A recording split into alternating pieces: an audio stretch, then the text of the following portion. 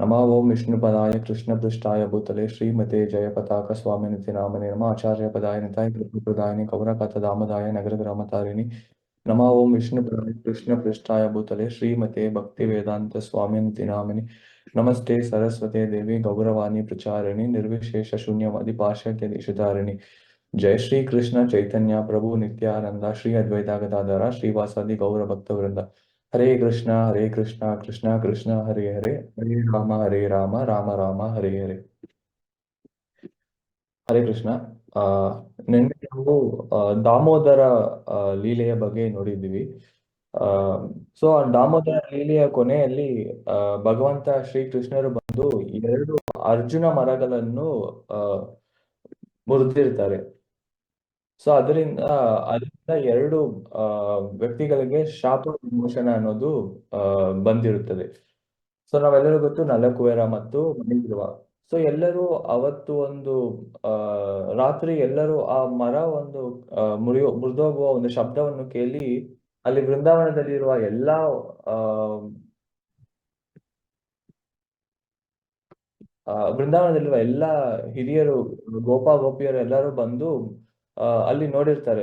ಈ ಒಂದು ರಾತ್ರಿಯಲ್ಲಿ ಹೆಂಗೆ ಇಷ್ಟು ದೊಡ್ಡ ಮರ, ಅರ್ಜುನ ಮರ ಅಂದ್ರೆ ಅದು ಅಷ್ಟು ದೊಡ್ಡದಾಗಿರುತ್ತಂತೆ. ಸೊ ಅದು ಮುರಿದೋಗಿದ ತಕ್ಷಣ ಎಲ್ಲರೂ ಆ ಶಬ್ದದಿಂದ ಎಲ್ಲರೂ ಬಂದು ನೋಡಿರ್ತಾರೆ.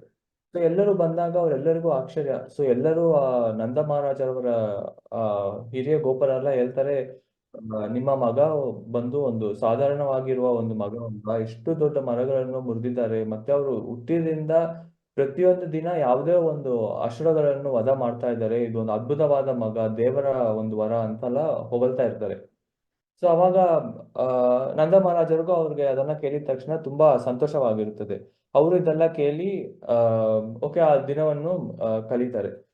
ಸೊ ಇದರಿಂದ ದಾಮೋದರ ಲೀಲೆ ಅನ್ನೋದು ಕೊನೆಗೊಳ್ಳುತ್ತದೆ. ಸೊ ನಾವು ಭಗವಂತ ಶ್ರೀ ಕೃಷ್ಣರವರ ಒಂದು ಲೀಲೆ ಯಾಕೆ ಅಷ್ಟು ಶ್ರೇಷ್ಠ ಅಂದ್ರೆ ಸಹಸ್ರಯುಗ ಪರ್ಯಂತಂ ಅಂತಾನು ಹೇಳ್ತಾರೆ. ಸಹಸ್ರಯುಗ ಪರ್ಯಂತಂ ಅಂದ್ರೆ ಸಹಸ್ರ ಅಂದ್ರೆ ಸಾವಿರ ಅಂತ ಅರ್ಥ. ನಾವೆಲ್ಲರೂ ಕೇಳಿರ್ಬೋದು ವಿಷ್ಣು ಸಹಸ್ರನಾಮ ಆತರ. ಸಹಸ್ರ ಅಂದ್ರೆ ಸಂಸ್ಕೃತದಲ್ಲಿ ಸಾವಿರ ಅಂತ ಒಂದು ಅರ್ಥ ಇದೆ. ಅಂದ್ರೆ ಸಾವಿರ ಯುಗಗಳು. ನಮ್ಮೆಲ್ಲರಿಗೂ ಗೊತ್ತಿರುತ್ತೆ 4 ಯುಗ ಚಕ್ರಗಳಿವೆ. ಸತ್ಯಯುಗ, ತ್ರೇತಾಯುಗ, ದ್ವಾಪರ ಯುಗ ಮತ್ತೆ ಕಲಿಯುಗ. ಈ 4 ಯುಗ ಚಕ್ರಗಳು ಆದಾಗ ಒಂದು ಯುಗ ಚಕ್ರ, 4 ಯುಗ ಆದಾಗ ಒಂದು ಯುಗ ಚಕ್ರ ಅಂತ ಹೇಳ್ತೀವಿ. ಸೊ ಈ ತರ 1000 ಯುಗ ಚಕ್ರ ಆದಾಗ ಬ್ರಹ್ಮ ಅವರ ಒಂದು ದಿನದಲ್ಲಿ ಅವರ ಹಗಲು. ಸೊ ಇದೇ ತರ ಅವ್ರಿಗೆ ಮತ್ತೆ ರಾತ್ರಿ ಅನ್ನೋದು ಬರುತ್ತೆ. ಸೊ ಈ ತರ ಒಂದು ದಿನದಲ್ಲಿ ಅಂದ್ರೆ 1000 ಯುಗ ಚಕ್ರದಲ್ಲಿ ಒಂದು ಬಾರಿ ಮಾತ್ರ ಭಗವಂತ ಶ್ರೀ ಕೃಷ್ಣರ ಅವತಾರ ಅನ್ನೋದು ಆಗುತ್ತಂತೆ. ಸೊ ಈ ತರ ಅದಕ್ಕೆ ನಾವು ಕೃಷ್ಣ ಲೀಲೆ ಅಷ್ಟು ಅದ್ಭುತ ಅಂತ ಯಾಕೆ ಕರಿತೀವಿ ಅಂದ್ರೆ ಆ ಒಂದು ಕಾರಣಕ್ಕೋಸ್ಕರ. ಅಂದ್ರೆ 1000 ಯುಗಗಳಲ್ಲಿ ಯುಗ ಚಕ್ರದಲ್ಲಿ ಒಂದು ಬಾರಿ ಜನ್ಮವನ್ನು ಮಾಡ್ತಾರೆ. ಸೊ ಈ ತರ ಏನಾಗುತ್ತೆ, ಈ ತರ ಅವರು ಒಂದು ಲೀಲೆ ಆದ ತಕ್ಷಣ ಇನ್ನೊಂದು ಲೀಲೆ ಈ ತರ ಮತ್ತೆ ಮತ್ತೆ ಅವರು ಮಾಡ್ತಾ ಬರ್ತಾರೆ. ಸೊ ಅವ್ರು ಏನ್ ಮಾಡ್ತಾರೆ ಅಂದ್ರೆ ಇಷ್ಟು ಶಕ್ತಿ ಇದ್ರು ಅವರು ಮನೆಯಲ್ಲಿ ನೋಡಿದಾಗ ಒಂದ್ ಚಿಕ್ಕ ಮಗು ತರಾನೇ ಇರ್ತಾರೆ. ಅಂದ್ರೆ ಯಶೋದಮ್ಮ ಬಂದು ಕೃಷ್ಣರಿಗೆ ಒಂದು ಮರದ ಹಲಗೆಯನ್ನು ತಗೊಂಡ್ಬರಕ್ ಹೇಳ್ತಾರೆ ಕೂತ್ಕೊಳ್ಳಕ್ಕೆ. ಆ ಮಗು ಏನ್ ಮಾಡುತ್ತೆ, ಹೋಗಿ ಕಷ್ಟ ಪಟ್ಕೊಂಡು ಆ ಒಂದು ಮರದ ಹಲಗೆಯನ್ನು ತಗೊಂಡ್ಬರುತ್ತೆ. ಅದೇ ತರ ನಂದ ಮಹಾರಾಜ್ ಏನ್ ಮಾಡ್ತಾರೆ, ನಾರಾಯಣರಿಗೆ ಪೂಜೆ ಮಾಡ್ತಾ ಇರುವಾಗ ಆ ನಾರಾಯಣರ ಒಂದು ಮರದಿಂದ ಆಗಿರುವ ಒಂದು ಪಾದುಕೆಯನ್ನು ತಗೊಂಡ್ಬರಕ್ ಹೇಳ್ತಾರೆ. ಅವಾಗ ಈ ಮಗು ಅಂದ್ರೆ ಭಗವಂತ ಶ್ರೀ ಕೃಷ್ಣರೇ, ಬಟ್ ಆ ಒಂದು ಮಗುವ ರೂಪದಲ್ಲಿ ಅವ್ರು ಹೋಗಿ ಏನ್ ಮಾಡ್ತಾರೆ, ಆ ಒಂದು ಪಾದುಕೆಯನ್ನು ಕಷ್ಟಪಟ್ಟು ತಗೊಂಡ್ ಬರ್ತಾರೆ. ಸೊ ಇದೆಲ್ಲ ನೋಡಿದಾಗ ಎಲ್ಲಾ ಋಷಿ ಮುನಿಗರು ಎಷ್ಟು ಸಾವಿರ ವರ್ಷದಿಂದ ತಪಸ್ಸನ್ನು ಮಾಡ್ತಾ ಇರ್ತಾರೋ ಅವರೆಲ್ಲರಿಗೂ ಆಶ್ಚರ್ಯವಾಗುತ್ತೆ. ನಾವು ಇಷ್ಟು ಸಾವಿರ ವರ್ಷದ ತಪಸ್ಸನ್ನು ಮಾಡ್ತಾ ಇದ್ದೇವೆ, ಆ ಭಗವಂತ ಇಲ್ಲಿ ಹೋಗಿ ಒಂದು ಮನೆಯಲ್ಲಿ ಚಿಕ್ಕ ಚಿಕ್ಕ ಕೆಲಸವನ್ನು ಮಾಡ್ತಾ ಇದೆಯಾ ಅಂತ ಅವ್ರಿಗೆ ಆಶ್ಚರ್ಯವಾಗುತ್ತೆ. ಸೊ ಈ ತರ ಏನಾಗುತ್ತೆ, ಒಂದು ದಿನ ಆ ಅವ್ರಿರುವ ಒಂದು ಜಾಗದಲ್ಲಿ ಒಂದು ಹಣ್ಣುಗಳನ್ನು ಮಾರುವ ಒಂದು ಮಾತಾಜಿ ಬರ್ತಾರೆ, ಒಂದು ಹಿರಿಯ ಗೋಪಿ. ಅವ್ರೇನ್ ಮಾಡ್ತಾರೆ, ಹಣ್ಣುಗಳನ್ನೆಲ್ಲ ಮಾರ್ತಾ ಬರ್ತಾರೆ. ಅವಾಗ ಭಗವಂತ ಶ್ರೀ ಕೃಷ್ಣರಿಗೆ ಆಸೆ ಬರುತ್ತೆ, ನಾವು ಆ ಹಣ್ಣುಗಳನ್ನು ಆ ಸ್ವೀಕಾರ ಮಾಡ್ಬೇಕು ಅಂತ. ಹೋಗಿ ಅವಾಗ ಆ ಕಾಲದಲ್ಲಿ ಏನಿರುತ್ತೆ, ಈ ತರ ನಮ್ಮ ಹಣ ಕೊಟ್ಟು ವಸ್ತುಗಳನ್ನು ತಗೊಳ್ಳಲ್ಲ. ಅವ್ರೇನ್ ಮಾಡ್ತಾರೆ, ಒಂದು ವಸ್ತುವನ್ನು ಕೊಟ್ಟು ಇನ್ನೊಂದು ವಸ್ತುವನ್ನು ತಗೊಳ್ತಾರೆ. ಸೊ ಅವಾಗ ಏನ್ ಮಾಡ್ತಾರೆ, ಅವರು ಮನೆಯಲ್ಲಿ ಹೋಗಿ ನೋಡ್ತಾರೆ, ಧಾನ್ಯಗಳಿರುತ್ತದೆ. ಸೊ ಅವರು ಚಿಕ್ಕ ಕೈಯಿಂದ ಆ ಬಾಲಕ ಕೃಷ್ಣ ಏನ್ ಮಾಡ್ತಾರೆ, ಚಿಕ್ಕ ಕೈಯಿಂದ ಆ ಧಾನ್ಯಗಳೆಲ್ಲ ತಗೊಂಡು ಆಚೆ ಬರ್ತಾರೆ. ಬರುವಾಗ್ಲೇನೆ ಅವರ ಕೈಯಿಂದ ಎಷ್ಟೊಂದು ಧಾನ್ಯಗಳೆಲ್ಲ ಆ ಕೆಳಗಡೆ ಬಿದ್ದೋಗ್ಬಿಡುತ್ತೆ. ಸೊ ಅವ್ರು ಕೊನೆಯಾಗಿ ಹೋಗಿ ಆ ಅಲ್ಲಿ ಆ ಮಾತಾಜಿ ಹತ್ರ ಸೇರುವಾಗ ಅವ್ರ ಕೈಯಲ್ಲಿ ಒಂದ್ 4-5 ಧಾನ್ಯಗಳು ಅಷ್ಟೇ ಮಿಕ್ಕಿರುತ್ತದೆ. ಆದ್ರೂ ಆ ಗೋಪಿ ಆ ಮಾತಾಜಿ ನೋಡ್ತಾರೆ, ಓ ಇಷ್ಟು ಸುಂದರವಾದ ಒಂದು ಮಗು ಇದಲ್ವಾ, ಅವರು ಹಣ್ಣನ್ನು ಕೇಳಿದಾಗ ನಾವ್ ಹೆಂಗೆ ಇಲ್ಲ ಅಂತ ಹೇಳುದಂತ ಅವರು ಕೊಟ್ಟಿರುವ ಧಾನ್ಯಗಳನ್ನು ತಗೊಂಡ್ಬಿಟ್ಟು ಅವ್ರ ಕೈಯಲ್ಲಿ ತುಂಬಾ ಹಣ್ಣುಗಳನ್ನು ಆ ಹಣ್ಣುಗಳು ತುಂಬಾ ಹಾಕಿ ಕೊಟ್ಟಿರ್ತಾರೆ. ಸೊ ಅವ್ರು ಕೊಟ್ಟಿ ಭಗವಂತ ಶ್ರೀ ಕೃಷ್ಣ ಹಣ್ಣುಗಳನ್ನ ತಗೊಂಡು ಹೋಗಿ ನಂತರ ಇವರು ಅವರ ಬ್ಯಾಸ್ಕೆಟ್ ಅನ್ನು ನೋಡಿದಾಗ ಆ ಪೂರ್ತಿ ಆ ಸ್ವರ್ಣ, ವಜ್ರ ವೈಡೂರ್ಯ ಆತರ ಎಷ್ಟು ಆಭರಣಗಳಿಂದ ತುಂಬೋಗಿರುತ್ತಂತೆ. ಸೊ ಈ ಒಂದು ಲೀಲೆಯಿಂದ ನಾವ್ ಏನ್ ಅರ್ಥ ಮಾಡ್ಕೋಬಹುದು, ಭಗವಂತನ ಕೃಷ್ಣರವರ ಸೇವೆಯಲ್ಲಿ ನಾವು ಏನಾದ್ರೂ ಸ್ವಲ್ಪ ಅದರಲ್ಲಿ ಏನಾದ್ರೂ ನಾವು ಮಾಡಿದ್ರೂ ಭಗವಂತ ನಮ್ಗೆ ಅದರಿಂದ ಒಂದು 1000 ಹೆಚ್ಚಾಗಿರುವಾಗಿ ನಮ್ಗೆ ಅದನ್ನು ಹಿಂದೆ ಕೊಡ್ತಾರಂತ ಈ ಒಂದು ಲೀಲೆಯಿಂದ ಗೊತ್ತಾಗುತ್ತದೆ. ಸೊ ಇವಾಗ ಏನಾಗುತ್ತೆ, ಈ ತರ ಒಂದ್ ಲೀಲೆ ಆಗ್ತಾ ಇರುವಾಗ ಆ ಆ ಊರಲ್ಲಿ ನಂದ ಮಹಾರಾಜರು ಮತ್ತೆ ಅವರ ಅಣ್ಣ ಇರ್ತಾರೆ. ಅವರ ಹೆಸರು ಉಪನಂದ ಅಂತ. ಸೊ ಅವರೆಲ್ಲ ಒಂದು ಚರ್ಚೆ ಅನ್ನೋದು ಮಾಡ್ತಾರೆ. ಅಂದ್ರೆ ಈ ವನದಲ್ಲಿ ಮಹಾವನ ಅಂತ ಕರೀತಾರೆ. ಅವರು ಅಂದ್ರೆ ಕೃಷ್ಣರು ಬಾಲಕರಾಗಿರುವಾಗ ಅವರು ಮಹಾವನದಲ್ಲಿ ಇದ್ರು. ಸೊ ಅವಾಗ ಈ ತರ ಒಂದು ದಿನ ಆದ್ರೆ ಇನ್ನೊಂದು ದಿನ ಈ ತರ ಒಂದೊಂದು ಅಸುರರು ಬರ್ತಾ ಇದಾರಲ್ವಾ, ಪೂತನ ಅವರು ಬರ್ತಾ ಇದಾರೆ. ನಿನ್ನೆ ನೋಡಿದ್ರೆ ಆ ಮರ 2 ಅರ್ಜುನ ಮರಗಳು ಬಿದ್ದೋಗಿದೆ, ಇದೆಲ್ಲ ರಾಕ್ಷಸರ ಕೆಲಸ. ಕಂಸ ಏನಾದ್ರೂ ಮಾಡಿ ನಮ್ಗೆ ಈ ತರ ರಾಕ್ಷಸರನ್ನು ಕಳಿಸ್ತಾ ಇರ್ತಾನೆ. ನಾವೇನ್ ಮಾಡೋಣ, ಈ ಒಂದು ಜಾಗವನ್ನು ಬಿಟ್ಟು ಬೇರೆ ಅಂದ್ರೆ ಬೃಂದಾವನ ಅಂತ ಪಕ್ಕದಲ್ಲಿ ಒಂದು ವನ ಇದೆ. ಸೊ ನಾವೆಲ್ಲ ಏನ್ ಮಾಡೋಣ, ಇಲ್ಲಿಂದ ಆ ವನಕ್ಕೆ ನಮ್ಮೆಲ್ಲರ ಕುಟುಂಬದ ಜೊತೆ ಅಲ್ಲಿಗೆ ಶಿಫ್ಟ್ ಆಗೋಣ ಅಂತ ಡಿಸೈಡ್ ಮಾಡ್ತಾರೆ. ಸೊ ಅವಾಗ ಅವು ಉಪನಂದ ಅಂದ್ರೆ ನಂದ ಮಹಾರಾಜರವರ ಅಣ್ಣ, ಅವರು ತುಂಬಾ ಆ ಎಲ್ಲ ಹಿರಿಯರು ಎಲ್ಲಾ ವಿಷಯಗಳನ್ನು ತಿಳ್ಕೊಂಡಿರುವ ಒಂದು ವ್ಯಕ್ತಿ. ಸೊ ಅವ್ರು ಹೇಳಿದ ನಂತರ ನಾವೆಲ್ಲರೂ ಕೇಳೋಣ ಅಂತ ಆ ಊರಲ್ಲಿರುವ ಎಲ್ಲಾ ಜನರು ಅವರ ಹಿಂದೆ, ನಂದ ಮಹಾರಾಜರು, ರೋಹಿಣಿ ಮಾತಾ, ಬಲರಾಮರು, ಕೃಷ್ಣರು ಇವರೆಲ್ಲರ ಜೊತೆ ಅವರು ಮಹಾವನದಿಂದ ವೃಂದಾವನಕ್ಕೆ ಹೋಗ್ತಾರೆ. ಸೊ ಇವತ್ತಿಂದ ಅವರು ವೃಂದಾವನದಲ್ಲೇ ಇರ್ತಾರೆ. ಸೊ ಇವಾಗ ಅವರು ವೃಂದಾವನದಲ್ಲಿ ಹೋಗಿದ ತಕ್ಷಣ ಕೃಷ್ಣ ಮತ್ತೆ ಬಲರಾಮರು ಅವರೆಲ್ಲ ಸ್ವಲ್ಪ ದೊಡ್ಡ ಬಾಲಕರಾಗ್ತಾರೆ. ಅವಾಗಿಂದ ಅವರು ಹಸುಗಳೆಲ್ಲ ಕರ್ಕೊಂಡು ಹೋಗಿ ಕರ್ಕೊಂಡು ಹೋಗೋದು, ಕರ್ಕೊಂಡು ಬರೋದು, ಅದೆಲ್ಲ ಆ ಒಂದು ಕೆಲಸವನ್ನು ಮಾಡ್ತಾ ಇದ್ರು. ಸೊ ಆತರ ಒಂದು ದಿನ ಅವರು ಯಮುನಾ ನದಿ ಹತ್ರ ಹೋದಾಗ ಹಸುಗಳನ್ನೆಲ್ಲ ಕರ್ಕೊಂಡು ಹೋಗ್ತಾ ಇರ್ತಾರೆ ಬಾಲಕರು. ಅವಾಗ ಇನ್ನೊಂದು ಅಸುರ ವತ್ಸಾಸುರ ಅಂತ, ಅವ್ರು ಏನ್ ಮಾಡ್ತಾರೆ, ಹಸುವಿನ ರೂಪದಲ್ಲಿ ಬಂದು ಅಂದ್ರೆ ಒಳ್ಳೆ ಹಸುಗಳೆಲ್ಲ ಇರ್ತಾರಲ್ವಾ ಅವರ ಜೊತೆಗೆ ಅವರ ಗುಂಪಲ್ಲಿ ಸೇರ್ಕೊಂಡ್ಬಿಡ್ತಾರೆ. ಸೊ ಇವಾಗ ಕೃಷ್ಣ ಏನ್ ಮಾಡ್ತಾರೆ, ಕೃಷ್ಣರಿಗೆ ಗೊತ್ತಾಗ್ಬಿಡುತ್ತೆ. ಸೊ ಇವರು ಬಲರಾಮರಿಗೆ ಹೇಳ್ತಾರೆ ಈ ತರ, ಅಸುರ ಬಂದು ನಮ್ಮ ಒಳ್ಳೆ ಅಸುರ ಜೊತೆ ಸೇರ್ಕೊಂಡಿದ್ದಾರೆ ಅಂತ. ಸೊ ಅವಾಗ ಕೃಷ್ಣರು ಮತ್ತೆ ಬಲರಾಮರು ಹೋಗಿ ಏನ್ ಮಾಡ್ತಾರೆ, ಆ ಒಂದು ಹಸು ಅಂದ್ರೆ ಯಾವ ರಾಕ್ಷಸ ವತ್ಸಾಸುರ ಅಂತ ಆ ರಾಕ್ಷಸರ ಹೆಸರು, ಅವ್ರು ಬಂದ್ಬಿಟ್ಟು ಈ ಹಸುಗಳ ಜೊತೆ ಸೇರ್ಕೊಂಡಿದ್ದಾರೆ ಅಂತ ಹಸು ಹಿಂದಿನ ಕಾಲುಗಳನ್ನ ಹಿಡಿದು ಅದನ್ನ ತೆಗೆದು ಒಂದ್ ಮರಕ್ಕೆ ಹೊಡೆದು ಅದನ್ನು ವಧ ಮಾಡ್ತಾರೆ. ಸೊ ಇದರಿಂದ ವತ್ಸಾಸುರ ಅಂತ ಒಂದು ಲೀಲೆಯನ್ನು ಅವತ್ತು ಮಾಡ್ತಾರೆ. ಸೊ ಆಮೇಲೆ ಈ ತರ ಒಂದು ರಾಕ್ಷಸರು ಬರ್ತಾನೆ ಇರ್ತಾರೆ, ಇವರು ವಧ ಮಾಡ್ತಾರೆ. ಆಮೇಲೆ ಏನಾಗುತ್ತೆ, ಒಂದು ದಿನ ಅದೇ ತರ ಯಮುನಾ ನದಿಯ ತೀರದಲ್ಲಿ ಹಸುಗಳೆಲ್ಲ ನೀರ್ ಕುಡಿಯಕ್ಕೆ ಗೋಪಾಲರು ಎಲ್ಲ ಏನ್ ಮಾಡಿರ್ತಾರೆ, ಹಸುಗಳನ್ನು ಕರ್ಕೊಂಡು ಹೋಗ್ತಾರೆ.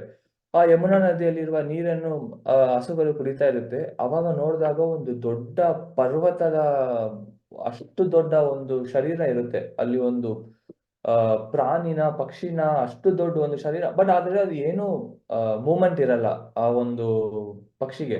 ಅದರ ಬಾಯಿ ಇಲ್ಲ ಮೂಗು ನೋಡಿದ್ರೆ ತುಂಬಾ ದೊಡ್ಡದಾಗಿರುತ್ತೆ, ತುಂಬಾ ಚೂಪಾಗಿರುತ್ತೆ. ಸೊ ಇದು ನೋಡಿದಾಗ ಅವ್ರಿಗೆಲ್ಲ ಭಯವಾಗುತ್ತದೆ, ಗೋಪಾಲರೆಲ್ಲ. ಸೊ ಆ ಒಂದು ಅವರೇ ಬಂದ್ಬಿಟ್ಟು ಬಕಾಸುರ ಅಂತ. ಸೊ ಬಕಾಸುರ ಯಾರು ಅಂದ್ರೆ, ಬಕಾಸುರರಿಗೆ ಒಂದು ಹಿಂದಿನ ಜನ್ಮದ ಒಂದು ಕಥೆ ಇದೆ. ಅದೇ ನಾವು ಈ ಕೃಷ್ಣ ಲೀಲೆಯಲ್ಲಿ ನೋಡಿದಾಗ ಇಷ್ಟು ಅಸುರಗಳೆಲ್ಲ ಬರ್ತಾರಲ್ವಾ, ಇವರೆಲ್ಲರೂ ಬಂದ್ಬಿಟ್ಟು ಒಂದು ಕಾಲದಲ್ಲಿ ಋಷಿ ಮುನಿಯಾಗಿ ಇರ್ತಾರೆ. ಋಷಿಗಳಾಗಿರ್ಲಿ, ಮುನಿವರಾಗಿರ್ಲಿ, ಇಲ್ಲ ಅಂದ್ರೆ ದೇವತೆಗಳ ಮಗನಾಗಿರ್ತಾರೆ. ಅವರೆಲ್ಲ ಯಾವುದೋ ಒಂದು ಚಿಕ್ಕ ತಪ್ಪನ್ನು ಮಾಡಿ ಯಾರೋ ಒಬ್ಬರ ಶಾಪವನ್ನು ಪಡೆದು ಈ ತರ ಅಸುರರ ಒಂದು ರೂಪವನ್ನು ತಗೊಂಡಿರ್ತಾರೆ.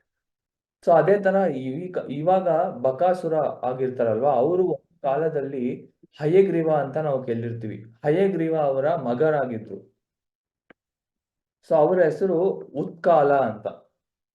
ಯಾರು ಇವಾಗ ಬಕಾಸುರವಾಗಿದ್ದಾರಲ್ಲ, ಅವರು ಹಿಂದಿನ ಜನ್ಮದಲ್ಲಿ ಹಯಗ್ರೀವ ಅವರ ಮಗ ಉತ್ಕಾಲ ಅಂತ. ಇವರು ತುಂಬಾ ಶ್ರೇಷ್ಠ, ಮತ್ತೆ ಇವರು ತುಂಬಾ ಶಕ್ತಿಶಾಲಿ ಆಗಿದ್ರು. ಎಷ್ಟು ಬಲಶಾಲಿ ಆಗಿದ್ರು ಅಂದ್ರೆ, ಇವ್ರು ಬಂದ್ಬಿಟ್ಟು ನಮ್ಮ ಭೂಲೋಕ ಮತ್ತೆ ಮೇಲೆ ಇರುವ ಎಲ್ಲಾ ದೇವಲೋಕಗಳನ್ನು ಹೋಗಿ ಯುದ್ಧ ಮಾಡಿ ಎಲ್ಲಾ ಲೋಕಗಳನ್ನು ಆ ಇವ್ರದೇ ಒಂದು ರಾಜ್ಯ ಇತ್ತು.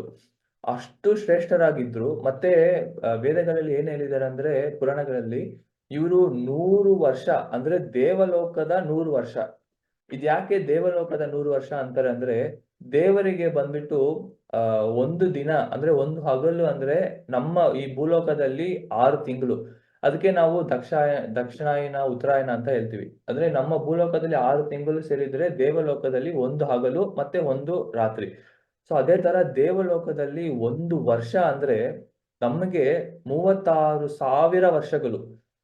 ಅವಾಗ ಈ ಉತ್ಕಾಲ ಅನ್ನುವ ಈ ಒಬ್ರು ಎಷ್ಟು ಶಕ್ತಿಶಾಲಿ ಇದ್ರಂದ್ರೆ, ಇವರು 100 ವರ್ಷ ದೇವಲೋಕದ 100 ವರ್ಷಗಳಿಗೆ ಇವ್ರು ರಾಜ್ಯವನ್ನು ಮಾಡ್ತಾ ಇದ್ರು. ಅಷ್ಟು ಶಕ್ತಿಶಾಲಿ ಆಗಿದ್ರು. ಸೊ ಅವಾಗ ಏನಾಗುತ್ತೆ, ಯಾರೋ ಒಬ್ರು ಇಷ್ಟು ಶಕ್ತಿಶಾಲಿ ಇದ್ರೆ ಅವ್ರನ್ನ ಯಾರನ್ನೂ ಸೋಲ್ಸಕ್ ಆಗ್ತಾ ಇಲ್ಲ. ಈ ತರ ಇದ್ದಾಗ ಏನಾಗುತ್ತೆ, ಒಂದು ಅಹಂಕಾರ ಅನ್ನೋದು ಬರುತ್ತೆ. ಸೊ ಅವ್ರು ಏನ್ ಮಾಡಿದ್ರು, ಒಂದು ದಿನ ಗಂಗಾ ಸಾಗರ್ ಅಂತ ಒಂದು ಸ್ಥಳದಲ್ಲಿ ಬಂದಿದ್ರು. ಅಲ್ಲಿ ಇದು ಆಕ್ಚುಲಿ ಈ ಪ್ರೆಸೆಂಟ್ ಟೈಮ್ ಅಂದ್ರೆ ಇವಾಗ ಇರುವ ಒಂದು ಸಮಯದಲ್ಲಿ ನೋಡಿದಾಗ ಕಲ್ಕಟಾ ಹತ್ರ ಬರುವ ಒಂದು ಸ್ಥಳ ಇದು. ಗಂಗಾ ಸಾಗರಲ್ಲಿ ಗಂಗಾ ನದಿಯ ಒಂದು ಸ್ಥಳ ಅದು. ಅಲ್ಲಿ ಏನ್ ಮಾಡಿದ್ರು, ಒಂದು ಋಷಿ ಇದ್ರು. ಅವರು ಜಂಜಿಲ ಋಷಿ ಮುನಿ ಅಂತಾನೂ ಕರೀತಾರೆ. ಆ ಒಂದು ಮುನಿ ತುಂಬಾ ಆಧ್ಯಾತ್ಮಿಕ ಜೀವನದಲ್ಲಿ ಒಂದು ಚಿಕ್ಕ ಒಂದು ಗುಡಿಸಲು ಹಾಕಿ ಅದರಲ್ಲಿ ಹಸುಗಳೆಲ್ಲ ಇಟ್ಕೊಂಡು ಅವರು ಆಧ್ಯಾತ್ಮಿಕ ಜೀವನ ಧ್ಯಾನ ಮಾಡೋದು ಇದೆಲ್ಲ ಮಾಡ್ತಾ ಇದ್ರು. ಆ ಒಂದು ಜಾಗಕ್ಕೆ ಉತ್ಕಾಲ ಅನ್ನುವ ಈ ಒಂದು ರಾಜ, ತುಂಬಾ ಶಕ್ತಿಶಾಲಿ ರಾಜ, ಎಲ್ಲಾ ಲೋಕಗಳಿಂದ ಇವ್ರದೇ ರಾಜ್ಯ ನಡೀತಾ ಇದೆ. ಸೊ ಅವಾಗ ಇವ್ರು ಏನ್ ಮಾಡ್ತಾ ಇದ್ರು, ಹೋಗಿ ಮೀನನ್ನು ಹಿಡಿತಾ ಇದ್ರು. ಮೀನನ್ನು ಹಿಡಿದ್ಬಿಟ್ಟು ಅಲ್ಲೇ ಅದನ್ನು ತಿಂತಾನೂ ಇದ್ರು ಅವರು. ಬಟ್ ಇದನ್ನ ನೋಡ್ತಾ ಇರುವ ಮುನಿಗೆ ತುಂಬಾ ಒಂದು ಕೋಪ ಬರುತ್ತೆ. ಅಲ್ಲಪ್ಪ, ಇದು ಒಂದು ಧಾಮ, ಇದು ಈ ಒಂದು ಸ್ಥಳದಲ್ಲಿ ಬಂದು ಈ ತರ ಮೀನುಗಳನ್ನೆಲ್ಲ ತಿಂತಾ ಇದೆಯಲ್ವಾ, ಇದು ಒಳ್ಳೇದಲ್ಲ ಅಂತ ಅವ್ರು ವಾರ್ನ್ ಮಾಡಿರ್ತಾರೆ. ಆದ್ರೂ ಆ ರಾಜ್ಯಕ್ಕೆ ಗೊತ್ತಲ್ಲ, ಅವ್ರಿಗೆ ಆ ಒಂದು ಅಹಂಕಾರದಿಂದ ನನಗೆ ಪ್ರಶ್ನೆ ಕೇಳುವವ್ರು ಯಾರು ಇರ್ತಾರೆ, ಯಾರು ಬಂದ್ರು ನನ್ನ ಸೋಲ್ಸಕ್ ಆಗಲ್ಲ, ಆ ಒಂದು ಅಹಂಕಾರದಿಂದ ಏನ್ ಮಾಡ್ತಾರೆ ಅವರು, ಈ ಮುನಿಯವರ ಒಂದು ಮಾತನ್ನು ಕೇಳಲ್ಲ. ಅವ್ರ ಪಾಡಿಗೆ ಅವ್ರ ಕೆಲ್ಸವನ್ನು ಮಾಡ್ತಾ ಇದ್ದಾರೆ. ಅವಾಗ ಈ ಮುನಿಗೆ ಗೊತ್ತಾಯ್ತು, ಈ ಒಂದು ವ್ಯಕ್ತಿ ಅಹಂಕಾರದಿಂದ ಈ ತರ ಮಾಡ್ತಾರೆ ಅಂತ ಅವ್ರಿಗೆ ಒಂದು ಶಾಪವನ್ನು ಕೊಡ್ತಾರೆ. ಅಂದ್ರೆ ಆ ಈ ಮೀನುಗಳನ್ನು ಅಂದ್ರೆ ಈ ಜನ್ಮ ಬೇಡ, ಈ ಶರೀರ ಬೇಡ ನಿನ್ಗೆ. ನೀನು ಬಂದ್ಬಿಟ್ಟು ಒಂದು ಆ ಕ್ರೈನ್ ಅಂತ ಇಂಗ್ಲಿಷ್ ಅಲ್ಲಿ ಹೇಳ್ತೀವಿ ನಾವು. ಅಂದ್ರೆ ಒಂದು ಕೊಕ್ಕು, ಆ ಒಂದು ಶರೀರ ತಗೋ ಅಂತ ತಕ್ಷಣ ಅವ್ರಿಗೆ ಶಾಪ ಕೊಡ್ತಾರೆ. ಸೊ ಇವಾಗ ಏನಾಗುತ್ತೆ, ಆ ಆ ರಾಜರು ತಕ್ಷಣ ಈ ಮುನಿ ಶಾಪ ಕೊಟ್ಟಿದ ತಕ್ಷಣ ಅವರು ಆ ಒಂದು ಪಕ್ಷಿಯ ರೂಪಕ್ಕೆ ಹೋಗ್ಬಿಡ್ತಾರೆ, ಕೊಕ್ಕು ಆ ಒಂದು ರೂಪಕ್ಕೆ. ಸೊ ಇವ್ರ ಮಾಡಿದ ತಪ್ಪೆಲ್ಲ ಅರ್ಥವಾಯ್ತು. ಇವಾಗ ಏನ್ ಮಾಡ್ತಾರೆ, ಆ ಋಷಿಯ ಪಾದಗಳಿಗೆ, ಮುನಿಯ ಪಾದಗಳಿಗೆ ಬಿದ್ದು, ಮುನಿ, ನಾನು ಒಂದು ತಪ್ಪು ಮಾಡ್ಬಿಟ್ಟೆ, ನನ್ನ ಒಂದು ಅಹಂಕಾರದಿಂದ ಈ ತರ ಒಂದು ಕೆಲಸವನ್ನು ಮಾಡಿದೆ, ನನ್ನ ಶಾಪಕ್ಕೆ ಏನಾದ್ರೂ ಒಂದು ವಿಮೋಚನ ಕೊಡಿ ಅಂತ ಕೇಳ್ತಾರೆ. ಅವಾಗ ಮುನಿಯ ಹೃದಯನು ಸ್ವಲ್ಪ ಕರ್ಗೋಗುತ್ತೆ. ಸೊ ಇವ್ರಿಗೆ ಏನಾದ್ರೂ ಒಂದು ಶಾಪ ವಿಮೋಚನ ಕೊಡೋಣ ಅಂತ ಅವ್ರು ಹೇಳ್ತಾರೆ. ಒಂದಾನು ಒಂದು ಕಾಲದಲ್ಲಿ ವೈವಸ್ವತ ಮನು ಅಂತ ಹೇಳ್ತೀವಿ. ಆ ಒಂದು ಸಮಯದಲ್ಲಿ ದ್ವಾಪರ ಯುಗದ ಕೊನೆಯ ಸಮಯ ಬರುವಾಗ ಭಗವಂತ ಶ್ರೀ ಕೃಷ್ಣ ಅವತಾರವನ್ನು ಮಾಡ್ತಾರೆ. ಆ ಒಂದು ಸಮಯದಲ್ಲಿ ನಿನಗೆ ಈ ಶಾಪದಿಂದ ವಿಮೋಚನ ಒಂದು ಸಿಗುತ್ತೆ ಅಂತ ಅವ್ರು ಹೇಳ್ತಾರೆ. ಸೊ ಆ ಒಂದು ಉತ್ಕಾಲ, ಆ ಒಂದು ಹಯಗ್ರೀವ ಅವರ ಮಗ, ಅವರೇ ಬಂದ್ಬಿಟ್ಟು ಆ ಒಂದು ಶಾಪದಿಂದ ಅವರು ಬಕಾಸುರ ಈ ಒಂದು ಪಕ್ಷಿಯ ರೂಪದಲ್ಲಿ ಹೋಗಿರ್ತಾರೆ. ಸೊ ಅದಕ್ಕೆ ಇವಾಗ ಆ ಯಮುನಾ ನದಿಯ ತೀರದಲ್ಲಿ ಗೋಪಾಲಕರೆಲ್ಲ ಹಸುಗಳನ್ನು ನೀರು ಕುಡಿಯಲು ಕರ್ಕೊಂಡು ಹೋಗುವಾಗ ಅವನ್ ಎಷ್ಟು ದೊಡ್ಡ ಪರ್ವತದ ಒಂದು ಶರೀರ, ಅಷ್ಟು ದೊಡ್ಡ ಶರೀರ ಇತ್ತಂತೆ ಅವ್ರಿಗೆ. ಮತ್ತೆ ಅವರ ಮೂಗು ಅಷ್ಟು ಚೂಪಾಗಿತ್ತು. ಸೊ ಅವಾಗ ಆ ಒಂದು ಅಸುರ ಏನ್ ಮಾಡಿದ್ರಂದ್ರೆ, ಕೃಷ್ಣ ಭಗವಂತ ಶ್ರೀ ಕೃಷ್ಣ ಹತ್ರ ಬರಕ್ಕೆ ಕಾಯ್ತಾ ಇದ್ರು. ಬಂದಿದ ತಕ್ಷಣ ಅವರ ಮೂಗಿನಿಂದ ಕೃಷ್ಣರನ್ನು ಆ ನುಂಗಕ್ಕೆ ಪ್ರಯತ್ನ ಮಾಡ್ತಾರೆ. ಸೊ ಕೃಷ್ಣರನ್ನು ನುಂಗಿದ ತಕ್ಷಣ ಅವರು ಬಾಯನ್ನು ಮುಚ್ಕೊಂಡಾಗ, ನುಂಗುವಾಗ ಅವರ ಗಂಟ್ಲಲ್ಲಿ ಆ ಅಂದ್ರೆ ಒಂದು ಅಗ್ನಿಯ ಒಂದು ಜ್ವಾಲೆ ಇದ್ರೆ ಯಾವ ತರ ಒಂದು ನೋವಾಗುತ್ತೋ ಆ ತರ ಒಂದು ನೋವಾಯ್ತಂತೆ ಆ ಬಕಾಸುರ ಅವರ ಒಂದು ಗಂಟ್ಲಲ್ಲಿ. ಸೊ ತಕ್ಷಣ ಅವರು ಅವರು ಕೃಷ್ಣರನ್ನು ಆಚೆ ಆ ಬೀಸಿದ್ರು. ಸೊ ಅವಾಗ ಮತ್ತೆ ಅವ್ರು ಏನ್ ಅನ್ಕೊಂಡ್ರು, ಓಕೆ, ಆಚೆ ಅಂದಿದ ತಕ್ಷಣ ನನ್ನ ಮೂಗು ಇಷ್ಟು ಚೂಪಾಗಿದಲ್ವಾ, ಇದರಿಂದ ನಾನು ಚುಚ್ಚಿ ಕೃಷ್ಣರನ್ನು ಕೊಂದ್ಬಿಡ್ತೀನಿ ಅಂತ ಅವರು ಚುಚ್ಚಕ್ಕೆ ಹೋಗ್ತಾರೆ. ಅವಾಗ ಏನಾಗುತ್ತೆ, ಕೃಷ್ಣ ಬಂದ್ಬಿಟ್ಟು ಎರಡು ಅವರ ಮೂಗನ್ನು ಇದು ಮಾಡಿ, ಚಿಕ್ಕ ಮಕ್ಕಳು ಬಂದ್ಬಿಟ್ಟು ಈ ಒಂದು ಆ ಎಲೆಗಳೆಲ್ಲ ಇರುತ್ತಲ್ವಾ, ಒಂದು ಹುಲ್ಲುಗಳು ಅದೆಲ್ಲ, ಅದನ್ನ ಹೆಂಗೆ ಎಷ್ಟು ಸುಲಭವಾಗಿ ಎರಡಾಗಿ ಕತ್ತು ಹಿಂಗ್ ಬಿಸಾಕ್ತಾರೋ, ಅದೇ ತರ ಭಗವಂತರು ಆ ಬಕಾಸುರ ಅವರನ್ನು ಈ ತರ ಕಿತ್ತು ಅವ್ರ ಬಾಯನ್ನು ಹಿಂಗ್ ಬಿಸಾಕ್ತಾರಂತೆ. ಆವಾಗ ಅವರ ದೇಹ, ಆ ಒಂದು ಶರೀರದಿಂದ ಅಂದ್ರೆ ಉತ್ಕಾಲ, ಅವರಿಗೆ ಶಾಪ ಅನ್ನೋದು ವಿಮೋಕ್ಷಣೆ ಆಗುತ್ತದೆ. ಸೊ ಈ ಒಂದು ಲೀಲೆಯಿಂದ ನಾವು ಏನ್ ಕಲಿತೀವಿ ಅಂದ್ರೆ, ಆ ಒಂದು ಅಂದ್ರೆ ಈ ಕೃಷ್ಣ ಲೀಲೆಯಲ್ಲಿ ನಾವು ನೋಡ್ಬೋದು, ಒಂದೊಂದು ರಾಕ್ಷಸರು ಬಂದ್ಬಿಟ್ಟು ಒಂದೊಂದು ರೂಪದಲ್ಲಿ ಇರ್ತಾರೆ. ಸೊ ಕೆಲವೊಂದು ದಿನ ಮುಂಚೆ ನಾವು ನೋಡ್ಬೋದು, ಪೂತನ ಒಂದು ಲೀಲೆಯಲ್ಲಿ ನಾವು ನೋಡ್ಬೋದು, ಒಂದು ರಾಕ್ಷಸಿ ಬಂದು ಒಂದು ಒಳ್ಳೆಯ ಗೋಪಿಯ ಒಂದು ರೂಪದಲ್ಲಿ ಬಂದು ಅವ್ರಿಗೆ ತಾಯಿಯ ಒಂದು ರೂಪದಲ್ಲಿ ಬಂದು ಕೃಷ್ಣರ ಹತ್ರ ಕೊಲೆ ಮಾಡ್ಬೇಕಂತ ಬರ್ತಾರೆ ಅವ್ರಿಗೆ. ಅದೇ ತರ ಒಂದೊಂದು ಅಕ್ಷರಗಳು ಬರ್ತಾ ಇರ್ತಾರೆ.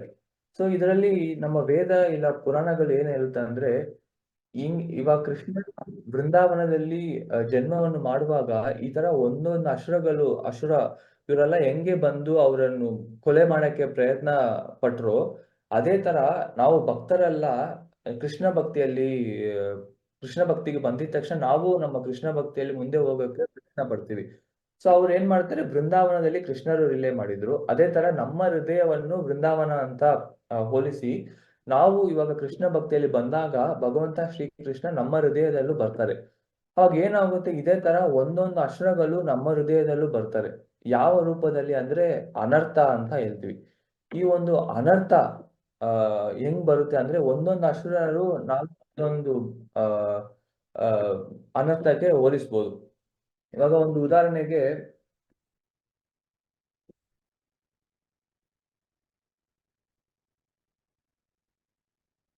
ಪೂತನ ಪೂತನ ಒಂದು ರಾಕ್ಷಸಿಯನ್ನು ನೋಡಿದಾಗ ಅವ್ರು ಏನ್ ಮಾಡಿದ್ರು, ರಾಕ್ಷಸಿ ಅವರು ಆದ್ರೂ ಅವ್ರು ಏನ್ ಮಾಡಿದ್ರು, ಒಳ್ಳೆಯ ಒಂದು ಗೋಪಿಯ ಒಂದು ರೂಪದಲ್ಲಿ ಬಂದಿದ್ರು.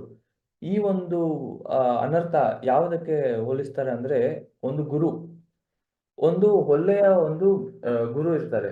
ಇವಾಗ ಯಶೋದಮ್ಮ ಅವ್ರು ಬಂದ್ಬಿಟ್ಟು ಕೃಷ್ಣರು ಏನೇ ಮಾಡಿದ್ರು ಅವ್ರು ಸ್ವಲ್ಪ ಕಟ್ಟುನಿಟ್ಟಾಗಿರ್ತಾರೆ. ಆದ್ರೆ ಪೂತನ ಇವ್ರನ್ನನ್ನು ನಾವು ಕೆಲವು ಬೋಗಸ್ ಗುರು ಅಂತ ಹೇಳ್ತೀವಿ. ಯಾರು ಸ್ವಲ್ಪ ಸುಳ್ಳುಗಾರರ ಗುರು, ಅವ್ರು ಆಕ್ಚುಲಿ ಗುರು ಆಗಿರಲ್ಲ, ಬಟ್ ಆದ್ರೂ ಒಂದು ಗುರುವ ರೂಪದಲ್ಲಿ ಬಂದು ಒಂದು ತಪ್ಪಾಗಿರುವ ವಿಷಯಗಳನ್ನು ಬೋಧನೆಯನ್ನು ಮಾಡ್ತಾರೆ. ಸೊ ಅದೇ ತರ ಪೂತನವನ್ನು ನಾವು ನೋಡಿದಾಗ ಅವರನ್ನು ಒಂದು ಈ ಕಲಿಯುಗದಲ್ಲಿ ಇರುವ ಸುಳ್ಳುಗಾರರ ಗುರುಗಳಿಗೆ ಹೋಲಿಸ್ತಾರೆ. ಸೊ ನಾವು ಎಷ್ಟು ಹುಷಾರಾಗಿರ್ಬೇಕಂದ್ರೆ, ನಮ್ಗೆ ಗೊತ್ತಾಗ್ಬೇಕು ಯಾರು ಬಂದು ನಮಗೆ ಉಪದೇಶ ಮಾಡಿದ್ರು ಇವರು ಒಳ್ಳೆಯ ಗುರುನ, ಇಲ್ಲ ಇವರು ಇವರ ಒಂದು ಅಂದ್ರೆ ಪೂತನ ತರ ಇವರು ಒಂದು ಬೇರೆ ಒಂದು ವ್ಯಕ್ತಿ, ಬಟ್ ಸುಮ್ನೆ ಒಂದು ಗುರುವ ರೂಪದಲ್ಲಿ ಇದ್ದಾರ ಅಂತ. ಆ ಒಂದು ಅನರ್ಥಕ್ಕೆ ನಾವು ಪೂತನ ಒಂದು ಲೀಲೆಯಿಂದ ನಾವು ಇದನ್ನು ಕಲಿಬಹುದು. ಅದೇ ತರ ತೃಣಾವರ್ತ ಅಂತ ಒಂದು ರಾಕ್ಷಸ ಇರ್ತಾರೆ. ಅವ್ರು ಏನ್ ಮಾಡ್ತಾರೆ ಅಂದ್ರೆ, ಈ ಗಾಳಿ ಬಿರುಗಾಳಿಯ ಒಂದು ರೂಪದಲ್ಲಿ ಬಂದ್ಬಿಟ್ಟು ಕೃಷ್ಣರನ್ನು ಹಂಗೆ ಮೇಲೆ ಎತ್ಕೊಂಡು ಹೋಗ್ತಾರಂತೆ. ಆಮೇಲೆ ಈ ಈ ಅಸುರ ತೃಣಾವರ್ತ ಇರ್ತಾರಲ್ವಾ, ಅವರನ್ನು ನಮ್ಮ ಹೃದಯದಲ್ಲಿ ಇರುವ ಒಂದು ಅಹಂಕಾರಕ್ಕೆ ಹೋಲಿಸ್ತಾರೆ. ಇವಾಗ ನಾವು ಏನ್ ಮಾಡ್ತೀವಿ, ಕೃಷ್ಣ ಪ್ರಜ್ಞೆಗೆ ಬರ್ತೀವಿ, ಜಪ ಮಾಡ್ತೀವಿ, ಎಲ್ಲಾ ಸೇವೆ ಮಾಡ್ತೀವಿ, ನಮ್ಗೆ ಒಳ್ಳೇದಾಗಿನೂ ಸೇವೆ ಮಾಡ್ತೀವಿ. ಅವಾಗ ನಮ್ಗೆ ಏನಾಗುತ್ತೆ, ಸ್ವಲ್ಪ ಸ್ವಲ್ಪ ಅಹಂಕಾರ ಅನ್ನೋದು ಬೆಳೆಯುತ್ತೆ. ಇವಾಗ ಯಾರೋ ಒಬ್ರು ನಾವು ಚೆನ್ನಾಗಿ ಕೀರ್ತನೆ ಮಾಡ್ಬೋದು, ಇಲ್ಲ ಒಬ್ರು ಚೆನ್ನಾಗಿ ಕ್ಲಾಸ್ ಕೊಡ್ತಾರೆ, ಇಲ್ಲ ಇನ್ನೊಬ್ರು ಚೆನ್ನಾಗಿ ಪ್ರಸಾದವನ್ನು ಹಂಚ್ತಾರೆ. ಅವಾಗ ಎಲ್ರು ಅವ್ರು ನೋಡಿದಾಗ ತುಂಬಾ ಖುಷಿ ಆಗುತ್ತೆ. ಸೊ ಇದು ಮತ್ತೆ ಮತ್ತೆ ಮಾಡಿದಾಗ ನಮ್ಮ ಹೃದಯದಲ್ಲಿ ಏನಾಗುತ್ತೆ, ಒಂದು ಚಿಕ್ಕ ಒಂದು ಅಹಂಕಾರ ಬೆಳೆಯುತ್ತೆ. ಅವಾಗ ಭಗವಂತ ಕೃಷ್ಣರು ಏನ್ ಮಾಡ್ತಾರೆ ಅಂದ್ರೆ, ಈ ತ್ರಿನಾವರ್ತ ಲೀಲೆಯಲ್ಲಿ ಆ ಬಿರುಗಾಳಿ ಬಂದು ಆ ಕೃಷ್ಣನನ್ನು ಮೇಲೆ ಎತ್ಕೊಂಡು ಹೋದಾಗ ಅವರು ಇನಿಷಿಯಲಿ ಅವ್ರು ಏನ್ ಮಾಡ್ತಾರೆ, ಅದನ್ನು ಬಿಡ್ತಾರೆ. ಸೊ ನಮಗೂ ಏನಾಗುತ್ತೆ, ಅಹಂಕಾರ ಬಂದಾಗ ಕೃಷ್ಣರು ಬಂದ್ಬಿಟ್ಟು ತಕ್ಷಣ ಬಂದು ನಮ್ಗೆ ಶಿಕ್ಷೆ ಕೊಡಲ್ಲ, ಅದು ಬೆಳಿಲಿ ಬೆಳಿಲಿ ಅಂತಾನೆ ಬಿಡ್ತಾರೆ. ಸೊ ನಮಗೂ ಏನಾಗುತ್ತೆ, ಸ್ವಲ್ಪ ಸಕ್ಸಸ್ ಬರುತ್ತೆ, ಇನ್ನ ಸ್ವಲ್ಪ ಸಕ್ಸಸ್ ಬರುತ್ತೆ, ಆತರ ಮುಂದೆ ಹೋಗ್ತಾ ಹೋಗ್ತಾ ನಮ್ಗೆ ಅಹಂಕಾರ ಬೆಳೀತಾ ಹೋಗುತ್ತೆ. ಕೊನೆಯದಾಗಿ ಕೃಷ್ಣರು ಆ ತೃಣಾವರ್ತನ ಹೆಂಗೆ ಕೆಳಗೆ ಹಾಕಿ ಅವರನ್ನು ವಧ ಮಾಡಿದ್ರು, ಆತರ ನಮ್ಮ ಹೃದಯದಲ್ಲಿ ಇರುವ ಅಹಂಕಾರವನ್ನು ಆ ಇದು ಮಾಡ್ತಾರೆ ಅಂತ ತೃಣಾವರ್ತದ ಒಂದು ಲೀಲೆಯಿಂದ ನಾವು ನೋಡ್ಬೋದು. ಅದೇ ತರ ವತ್ಸಾಸುರ, ಒಂದು ರಾಕ್ಷಸ ಬಂದ್ಬಿಟ್ಟು, ವತ್ಸಾಸುರ ರಾಕ್ಷಸ ಬಂದ್ಬಿಟ್ಟು ಒಂದು ಹಸುವ ರೂಪದಲ್ಲಿ ಬಂದ್ಬಿಟ್ಟು ಸೇರ್ಕೊಂಡ್ಬಿಡ್ತಾರೆ. ಈ ಒಂದು ಅಸುರರನ್ನು ಯಾವ ತರ ಹೋಲಿಸ್ತಾರೆ ಅಂದ್ರೆ, ನಾವು ಇವಾಗ ಕೃಷ್ಣ ಪ್ರಜ್ಞೆಗೆ ಬಂದು ಭಕ್ತಿ ಎಲ್ಲ ಮಾಡಿದಾಗ ನಮ್ಮ ಒಳಗಡೆ ಎಲ್ಲ ನಾವು ಎಲ್ಲದೂ ಸರಿಯಾಗಿರಲ್ಲ. ನಮ್ಮ ಒಳಗಡೆ ಕೆಲವೊಂದು ಕೆಟ್ಟ ಗುಣಗಳು ಇರುತ್ತದೆ.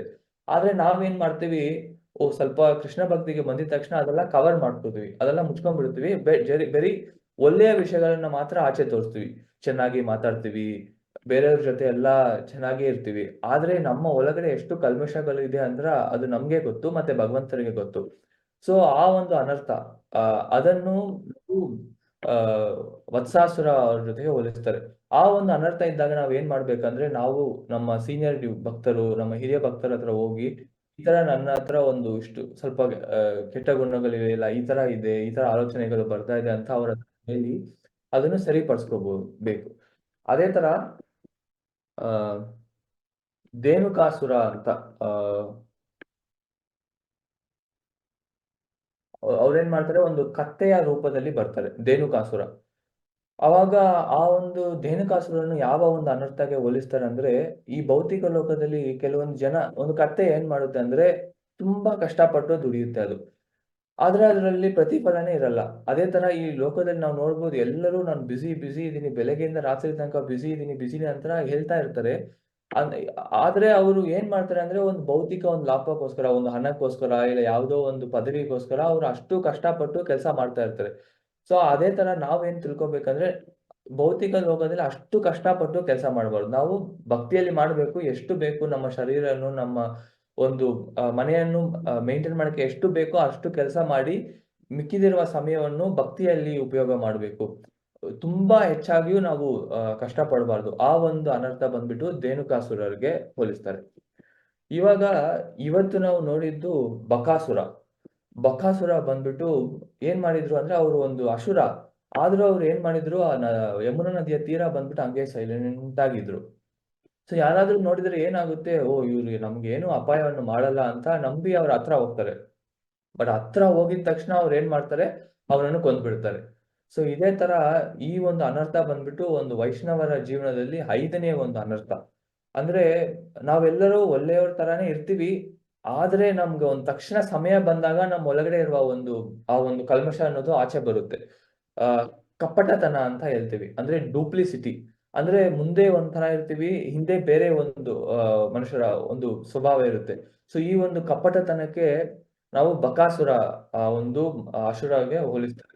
ಸೊ ಈ ತರ ನಾವು ಒಂದೊಂದ್ ದಿನ ನಾವು ನೋಡ್ಬೋದು, ಒಂದೊಂದು ಲೀಲೆಯನ್ನು ನೋಡಿದಾಗ ಒಂದೊಂದು ಭಕ್ತರು ಅದರ ಬಗ್ಗೆ ವಿವರಣೆ ಕೊಡ್ತಾರೆ. ಸೊ ಇದೆಲ್ಲ ನಾವು ಯಾಕೆ ಮಾಡ್ತೀವಿ? ಇವಾಗ ಜನ್ಮಾಷ್ಟಮಿ ಬರ್ತಾ ಇದೆ. ಈ ಕೃಷ್ಣರ ಲೀಲೆಯನ್ನು ಇಷ್ಟೆಲ್ಲ ನಾವು ಆ ನೋಡ್ತಾ ಇದ್ದೀವಿ. ಇದು ಯಾಕೆ ನಾವು ಮಾಡ್ಬೇಕು ಅಂದ್ರೆ, ಒಂದು ಭಕ್ತರು ಅವರ ಒಂದು ಲೆಕ್ಚರ್ ಅಲ್ಲಿ ಹೇಳ್ತಾ ಇದ್ರು. ಇವಾಗ ನಾವೆಲ್ಲರೂ ಕೃಷ್ಣ ಪ್ರಜ್ಞೆಗೆ ಬರುವ ಮುಂಚೆ, ಇಲ್ಲ ಇವಾಗ್ಲೂ ನಮ್ಮೆಲ್ಲರಿಗೂ ಯಾರೋ ಒಬ್ಬರ ಮೇಲೆ ತುಂಬಾ ಆಸಕ್ತಿ ಇರುತ್ತೆ. ಅಂದ್ರೆ ನಾವು ಒಬ್ಬರ ಅಭಿಮಾನಿಯಾಗಿರ್ತೀವಿ, ಒಂದು ಫ್ಯಾನ್ ಆಗಿರ್ತೀವಿ. ಇವಾಗ ಕೆಲವರಿಗೆ ಆ ಸಿನಿಮಾ ಯಾರೋ ಒಬ್ರು ಹೀರೋ ನೋಡಿದ್ರೆ ಅವ್ರಿಗೆ ತುಂಬಾ, ಅವ್ರು ನೋಡಿದ್ರೆ ಇಷ್ಟ ಆಗುತ್ತೆ. ಕೆಲವರಿಗೆ ಕ್ರಿಕೆಟ್ ಇಲ್ಲ ಫುಟ್ಬಾಲ್ ಈ ತರ ಸ್ಪೋರ್ಟ್ಸ್ ಅಲ್ಲಿ ಇರುವ ಯಾರೋ ಒಬ್ರು ವ್ಯಕ್ತಿಯನ್ನು ನೋಡಿದಾಗ ಅವ್ರು ತುಂಬಾ ಇಷ್ಟವಾಗುತ್ತೆ.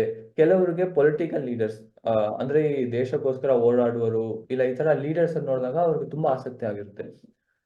ಈ ತರ ಒಂದು ಮನುಷ್ಯರನ್ನು ನಾವು ನೋಡಿದ್ರೇನೆ ನಮ್ಗೆ ಎಷ್ಟು ಆಸಕ್ತಿ, ಎಷ್ಟು ಪ್ರೀತಿ ಬಂದಿರುತ್ತಲ್ವಾ? ಇದು ಒಂದೇ ದಿನದಲ್ಲಿ ಬಂದಿರಲ್ಲ. ಇವಾಗ ಸುಮ್ನೆ ಒಂದು ಉದಾಹರಣೆಗೆ ಹೇಳ್ತೀನಿ. ಇವಾಗ ನನ್ಗೆ ಯಾರೋ ಒಬ್ರು ಕ್ರಿಕೆಟ್ ಆಡುವ ಒಂದು ಕ್ರಿಕೆಟರ್ ತುಂಬಾ ಇಷ್ಟವಾಗಿದೆ ಅಂದ್ರೆ, ಚಿಕ್ಕ ವಯಸ್ಸಿನಲ್ಲಿ ನನ್ಗೆ ಅವ್ರ ಹೆಸರು ಗೊತ್ತಿರಲ್ಲ, ಇಲ್ಲ ಅವ್ರನ್ನು ನೋಡೂ ಇರಲ್ಲ. ಅವಾಗ ಅವ್ರು ಯಾರಂತನೂ ನನ್ಗೆ ಗೊತ್ತಿಲ್ಲ. ಆದ್ರೆ ಅವ್ರ ಆಟವನ್ನು ನೋಡ್ತಾ ನೋಡ್ತಾ ಅವ್ರು ಎಷ್ಟು ಎಷ್ಟು ಚೆನ್ನಾಗಿ ಆಡ್ತಾರಲ್ವಾ, ಅವ್ರು ಎಷ್ಟು ಕಾಮ್ ಆಗಿರ್ತಾರೆ, ಚೆನ್ನಾಗಿ ಕ್ಯಾಪ್ಟನ್ಸಿ ಮಾಡ್ತಾರೆ.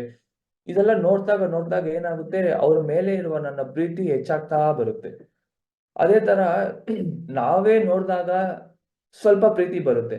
ಅದಿನ್ನ ಯಾವಾಗ ಹೆಚ್ಚಾಗುತ್ತೆ ಅಂದ್ರೆ, ನಾನು ಅದನ್ನ ನೋಡಿ ಅದೇ ತರ ಸೇಮ್ ಅದೇ ಕ್ರಿಕೆಟರ್‌ಗೆ ಇನ್ನೊಬ್ರು ಎಷ್ಟೊಂದ್ ಜನ ಫ್ಯಾನ್ ಇರ್ತಾರಲ್ವಾ. ಇವಾಗ ನಾನು ಕಾಲೇಜ್‌ಗೆ ಹೋಗ್ತೀವಿ, ಇಲ್ಲ ಆಫೀಸ್‌ಗೆ ಹೋಗ್ತೀವಿ. ಅಲ್ಲೂ ಅದೇ ಆ ಕ್ರಿಕೆಟರ್‌ದು ಒಂದು ಫ್ಯಾನ್ ಆಗಿರ್ತಾರ. ಅವ್ರ ಜೊತೆ ನಾನು ಮಾತಾಡ್ದಾಗ ಆ ಒಂದು ಪ್ರೀತಿ ಅನ್ನೋದು ಇನ್ನ ಹೆಚ್ಚಾಗುತ್ತೆ. ನಾನು ಒಂದು ವಿಷಯ ಹೇಳ್ತೀನಿ, ಓ ಈ ತರ ನಿನ್ನೆ ಮ್ಯಾಚ್ ಅಲ್ಲಿ ಈ ತರ ಒಂದ್ ಮಾಡಿದ್ರು, ಮತ್ತೆ ನನ್ನ ಫ್ರೆಂಡ್ಸು ಇಲ್ಲ ಇಲ್ಲ ಇದನ್ನ ನೋಡ್ದ ಅವ್ರು ಈ ತರ ಇದು ಮಾಡಿದ್ರು ಅದು ಮಾಡಿದ್ರು, ಆ ತರ ಒಬ್ಬೊಬ್ರು ಒಂದೊಂದು ವಿಷಯವನ್ನು ಹೇಳ್ತಾ ಹೇಳ್ತಾ ಅವ್ರ ಮೇಲೆ ಇರುವ ಪ್ರೀತಿ ತುಂಬಾ ಹೆಚ್ಚಾಗುತ್ತೆ. ಅದೇ ತರ ಒಂದು ಚಿತ್ರವನ್ನು ನೋಡ್ತೀವಿ, ಮೂವಿ. ನಾವು ಎಷ್ಟೇ ಆದ್ರೂ ಟ್ರೈಲರ್ ನೋಡ್ತೀವಿ, ಇಲ್ಲ ಯಾವುದೇ ಏನೇನೋ ನೋಡ್ತೀವಿ.